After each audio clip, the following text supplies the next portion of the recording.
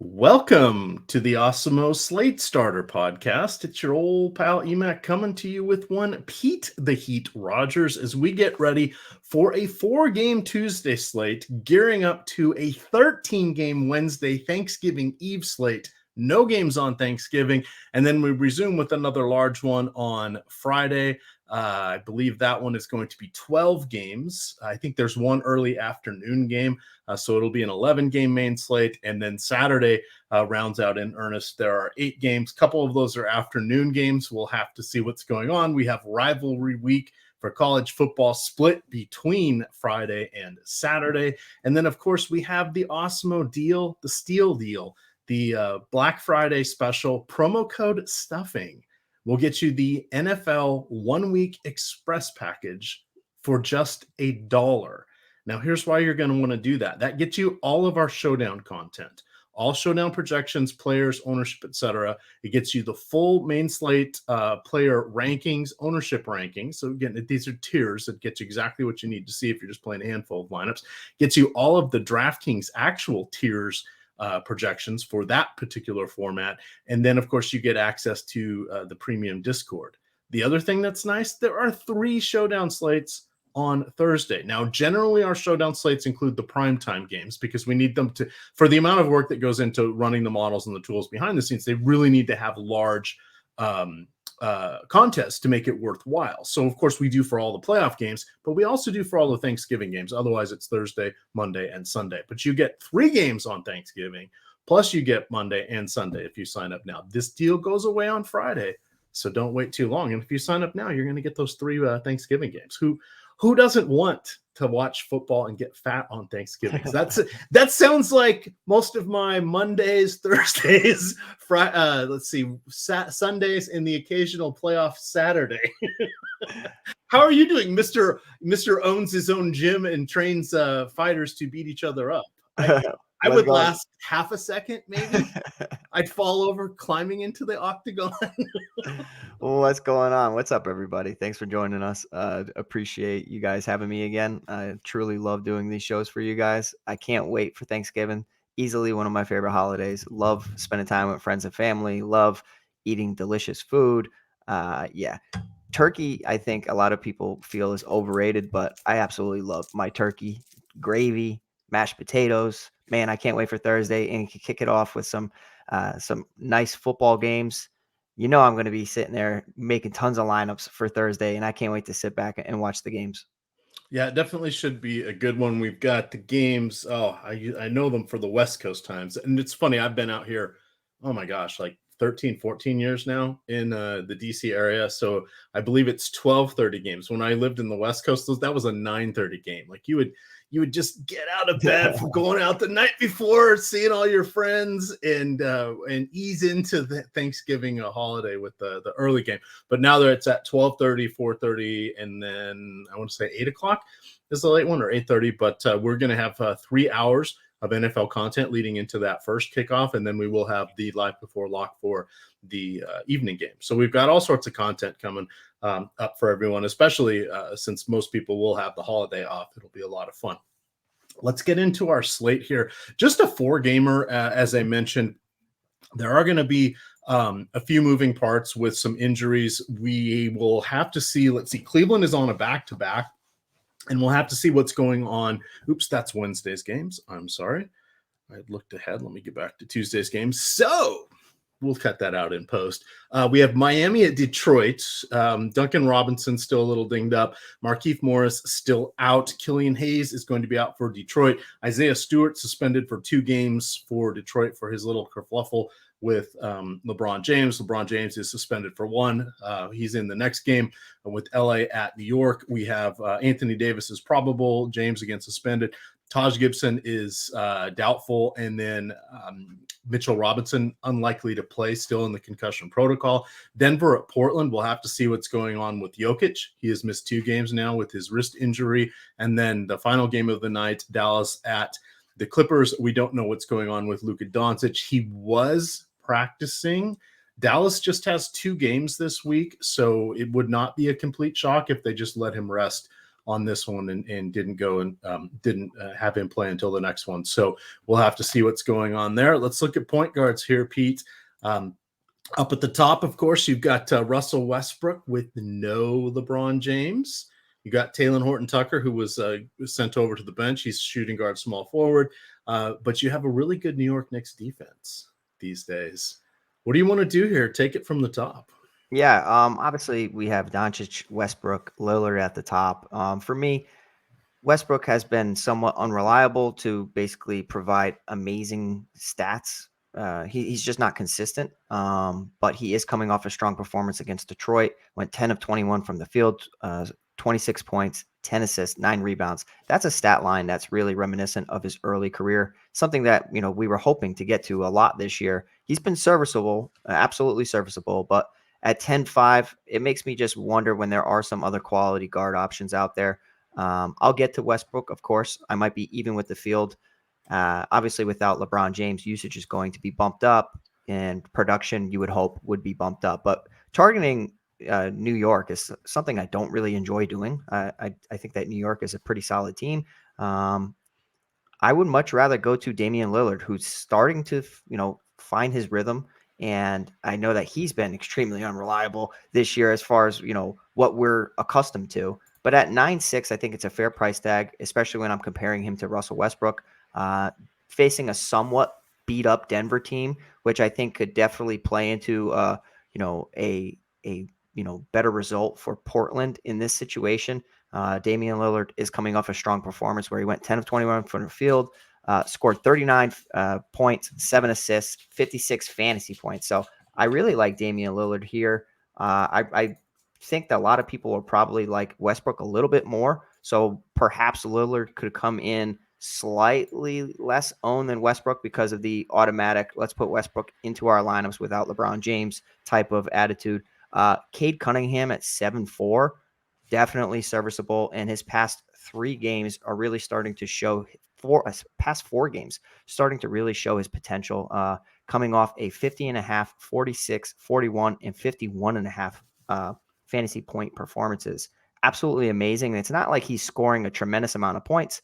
13 points, 19 points, 16, and 25. He's getting it done elsewhere by just providing so many different, categorical stats where we have good rebounding rates, good assists, even some blocks and some steals in there. Obviously, the steals are something you don't want to bank on, but at 7.4, I like it. I don't enjoy targeting anybody against Miami, but I'll tell you that Cade Cunningham is a guy I got no issues getting to. All right, I'm just looking up the last 10 games here, see where their defensive rating is for New York. It's actually middle of the road.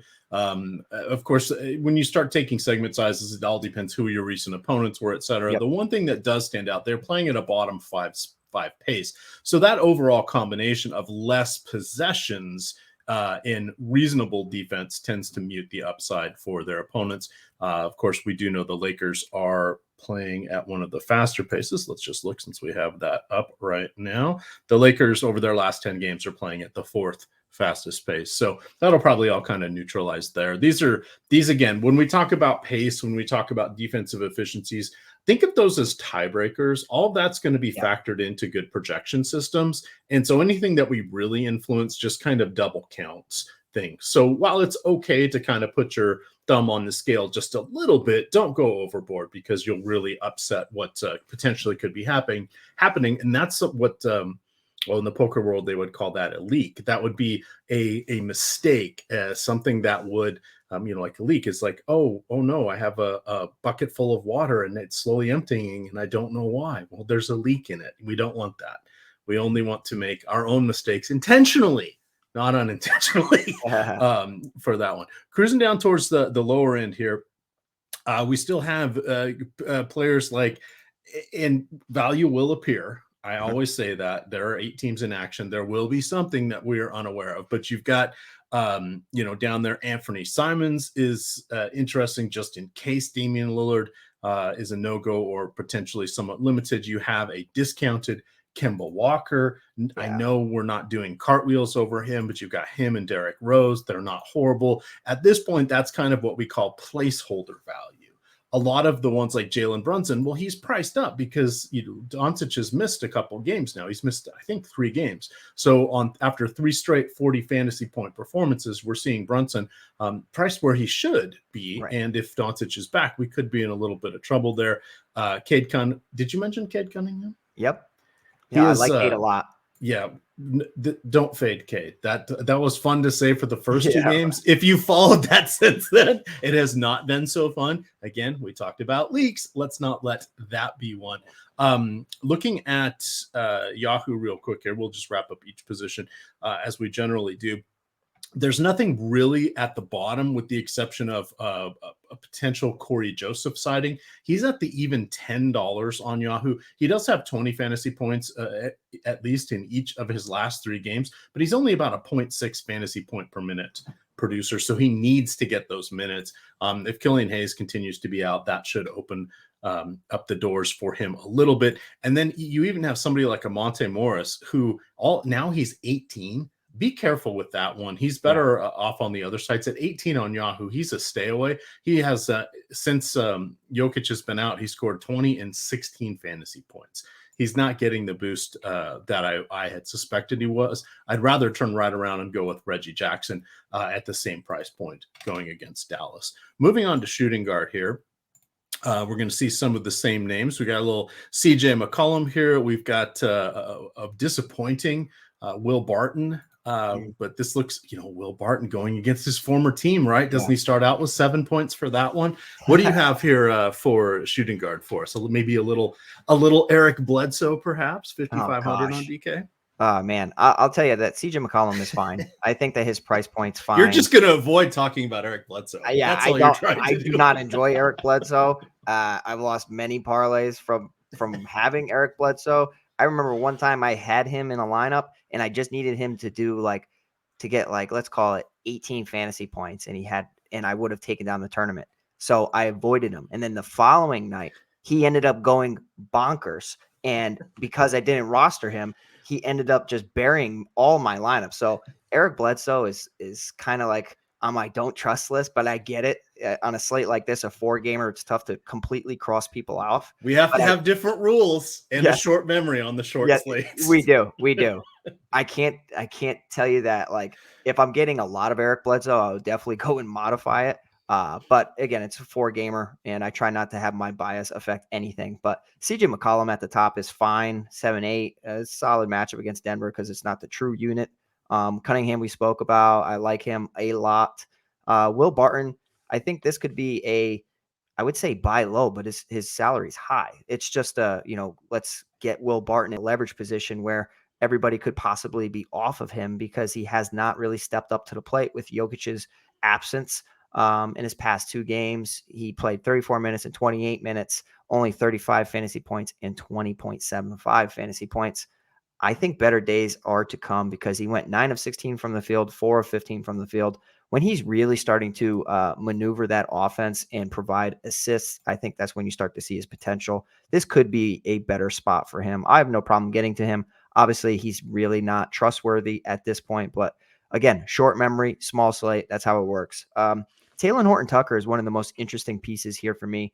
And I feel like THT is fine whenever LeBron James is out. And now that we know that LeBron James is going to be suspended 1 game, Talen Horton-Tucker is in a similar situation that Will Barton is, coming off of 2 extremely disappointing performances where he had 8.5 fantasy points and 21 fantasy points. Prior to that, popped off a 52 fantasy point performance in a 42.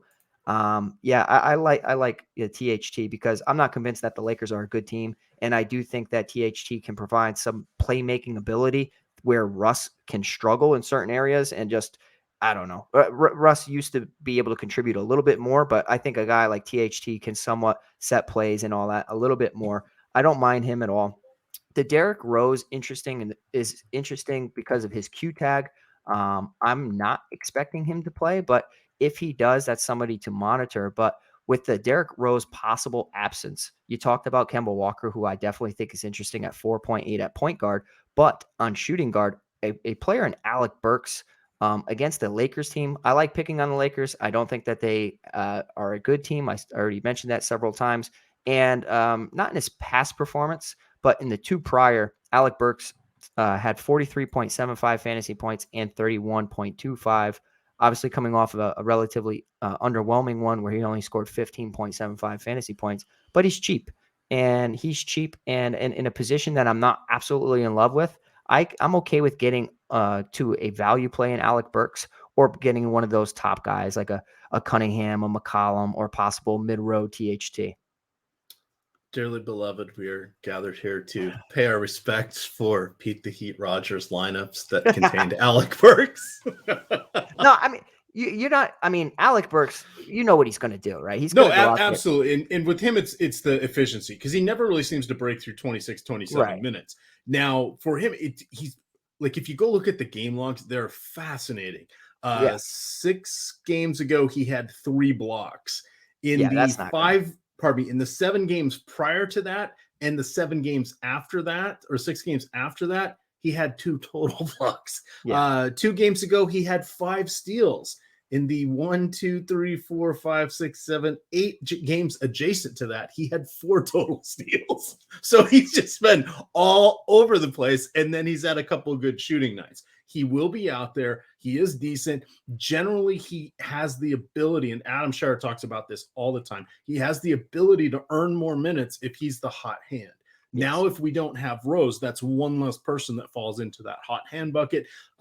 Quickly has not really been in the cards so far this season. So there is a decent chance at 4,200 on a 4-game slate, 0 issues whatsoever, especially on DraftKings. He's shooting guard and small forward eligible. That means he's eligible for 5 of the positions. He's going to be in our lives. It's not going to be fun, but he's going to be in our lives. See, and that's for me, right? Like if Derrick Rose is out, would you rather get to quickly or would you rather get to a scorer or, a walking bucket at times in Alec Burks? And I'll take that shot at 4,200. I wish that he was a little bit cheaper, but on a 4-gamer, you can find some of these sneaky players that could pop off. And I think Alec Burks definitely has that potential.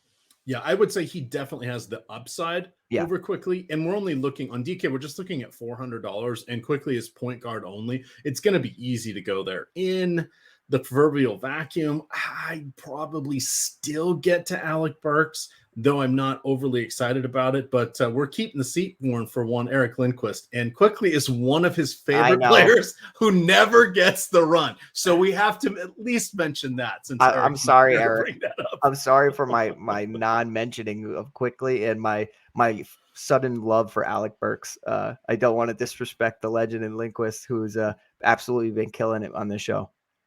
All right. So down as we kind of wrap out the bottom, Malik Monk might get a few more shots with LeBron out. Mm-hmm. You've got Luke Kennard always floating around. Let's see. Nicholas Batum. Do we have any news on he's in COVID protocol, actually. Oh, is he? So no longer it still might have whatever it was, the foot issue or the hand. I forget. I can't even remember. But so if he's out, Kennard's in the mix. Terrence Mann's going to be in the mix, etc. Where there's one COVID case, there could be others. So watch that part of the news as well. And then wrapping up shooting guard here on Yahoo, Cade Cunningham at 24 is going to be the easy one. Will Barton at 23, and then Eric Bledsoe. I know we were sort of making fun of him. He's still a decent play. Not particularly lights out anymore, but he could have his moments, especially if they're running a little thin. And then the wild card, probably Evan Fournier. But after his, I don't want to say hot start, but after his mostly effective start to the season, even setting aside that 50 whatever fantasy point game in the double overtime in the season opener against Boston, former teams and all that stuff. But he's or former opponents and all that stuff. He's at 11. He's in play. I don't feel great about it. Things will start to shake out a little bit, but those are the type of players we're looking at that if they can get to 25 and 30 is not out of the question, you're going to need to have a great game from them, but they will be the difference makers on a slate like this, even as other value starts to appear. That's just going to be the way these short slates work out. Moving to the small forward position, let's see here up at the top, Paul George.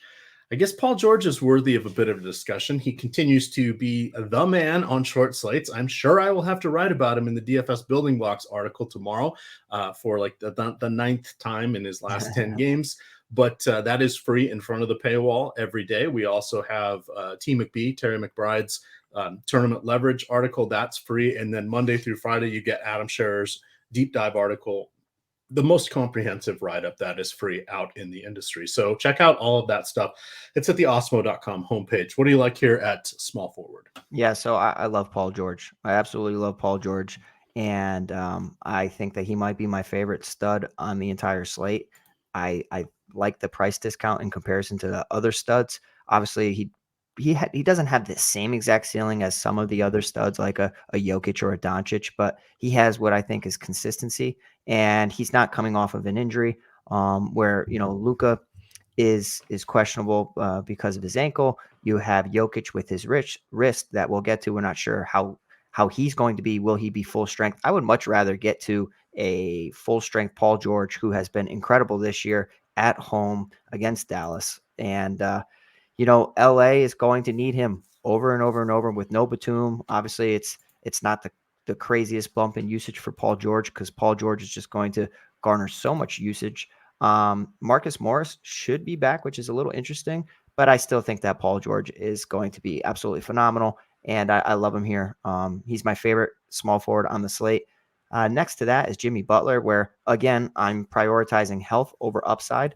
I think that Butler's price is starting to get up there where people are starting to feel a little bit uncomfortable because he doesn't have that 70, 80-point ceiling so much in compared to others. But Butler at 9.7, I still think is fine. He has shown that he could get 60-point, 50-point performances coming off of 44, 50, and 64-point performance. Against Detroit, my only worry would be that Miami just runs away with this a little too quickly. But with no Duncan Robinson, you just wonder how that will result in usage for the team. I just really like getting to Jimmy Butler a lot.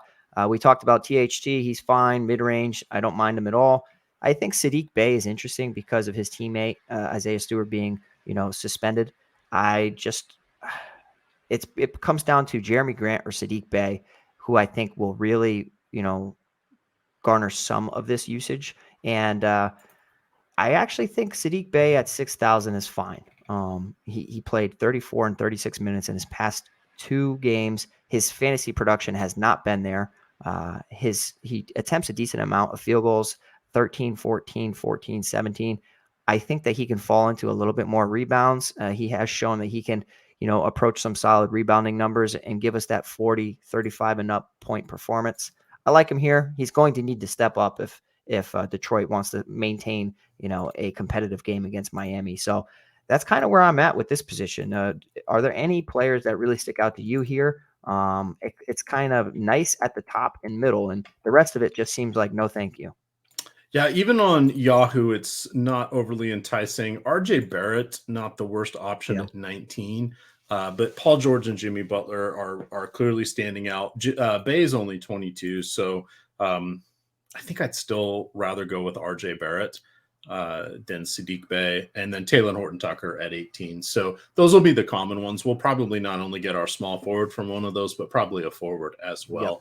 On Yahoo. Speaking of Yahoo, we do have a nice deal with them. If you have not yet signed up on Yahoo, go through the link that's at the bottom in the description of our YouTube video here, or if you're listening on the podcast, the link will also be there in the podcast. Click through that link, create your account, and once you make a $10 deposit and enter into a paid contest, Yahoo is going to send us an email, and we will then give you a promo code that will get you 30 free days of all access Awesemo premium content.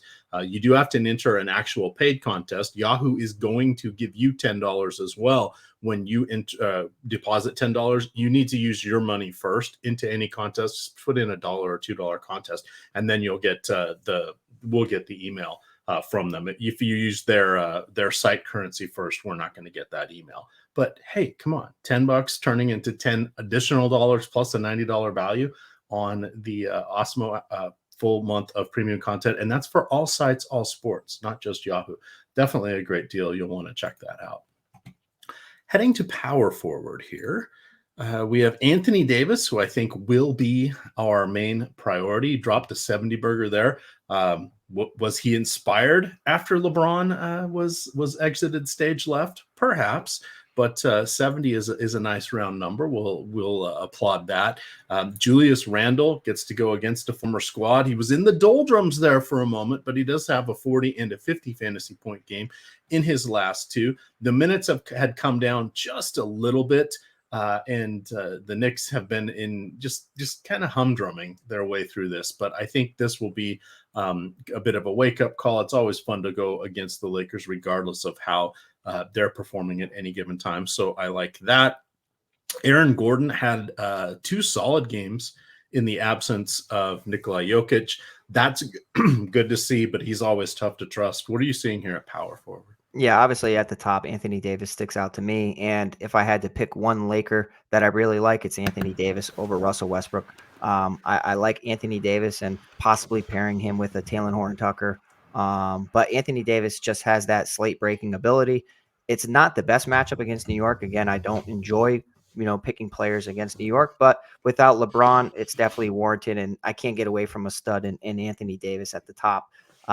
Julius Randle, it's really close. It's like 1A, 1B for me because I like the salary discount for Julius Randle. I think that he's going to have to shoulder the load of New York in order to keep this game competitive because there's going to be no Mitchell Robinson. And I think that Randle's going to have to be the big body in there in addition to Nerlens Noel. But I think that Randle's going to be relied upon for his offensive production. I like him here a lot. Porzingis is kind of like, my third favorite option. And, with Doncic back or possibly back, we'll have to see. But it seems like Porzingis is starting to hit his stride and starting to show off that potential that we've always known that he had. His past 5 games, 42, 49, 48, 56, 47. Yeah, I like Porzingis a lot. I think that if Doncic is out, I like him even more. But it's not a stay away just because Doncic is ruled back in for me. Aaron Gordon is interesting. You mentioned him in the absence of Jokic. He has absolutely stepped up and kind of been that go-to guy. Whereas I actually thought that Will Barton would possibly have better performances. And oddly enough, Aaron Gordon has been the guy. In 37 minutes, he went 10 of 12 from the field, 9 rebounds, 28 points, dropped 49 points against Chicago. And then just most recently, 38.5 fantasy points against Phoenix. So priced at 6,700. If Jokic is out, he might become a priority for me, but I don't mind getting to Will Barton at the small forward position. So, we talked about Jeremy Grant, but I really like the top end of this position. I don't want to get too cute with this one.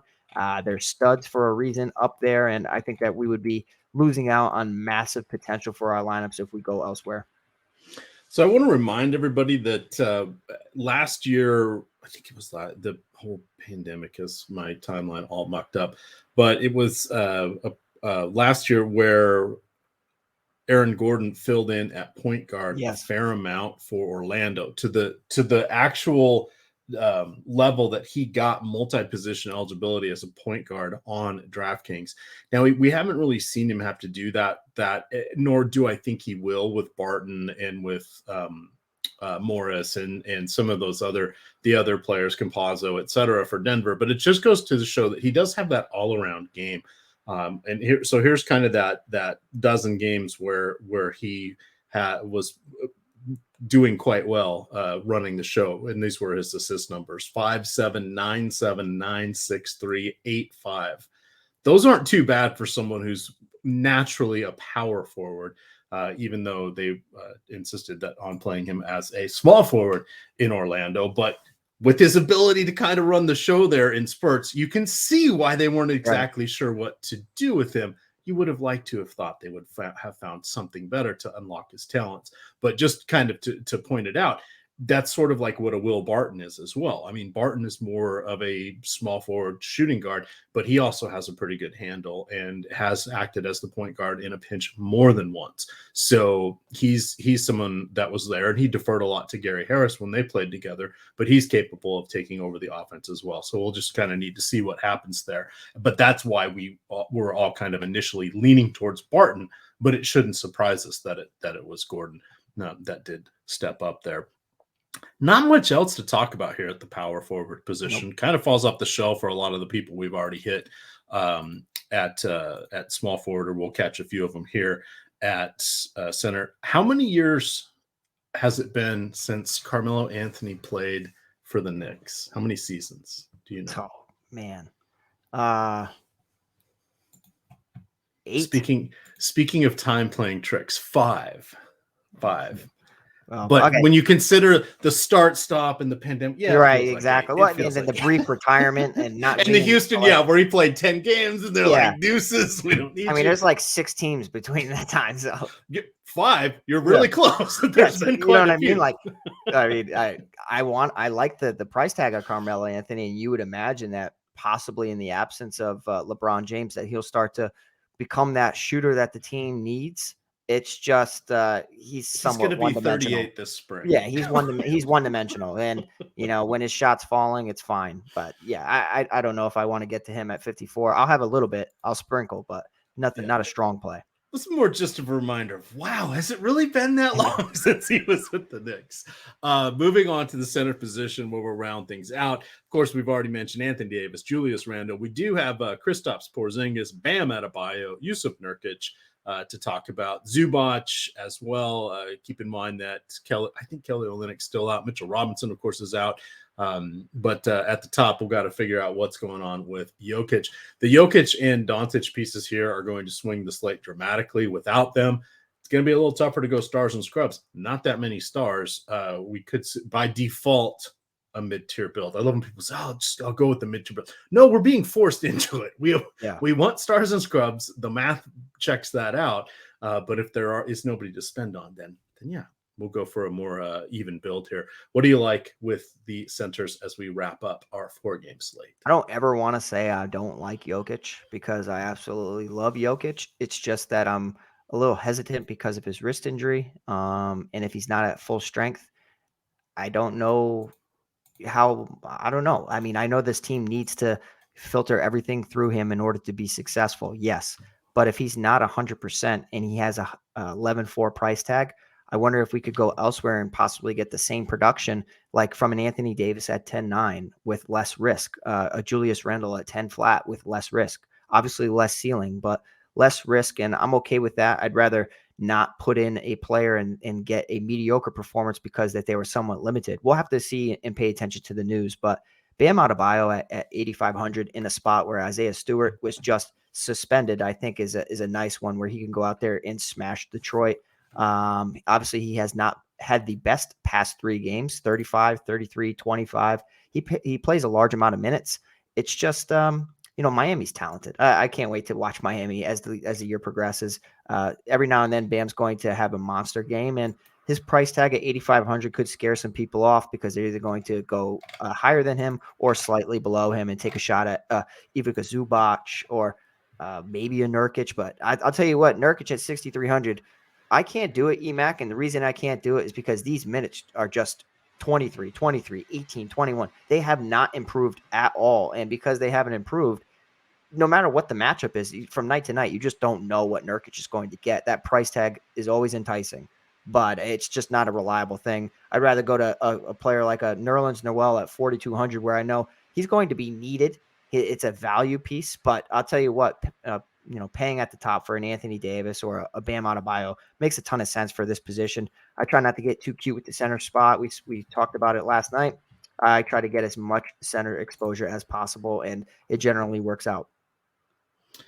All right, it's going to wrap it up for us here. Looking over at Yahoo, we have Nurkic at 23 over there. Not the worst option. That's a tepid response, but if Jokic is out, we're going to lean towards Davis.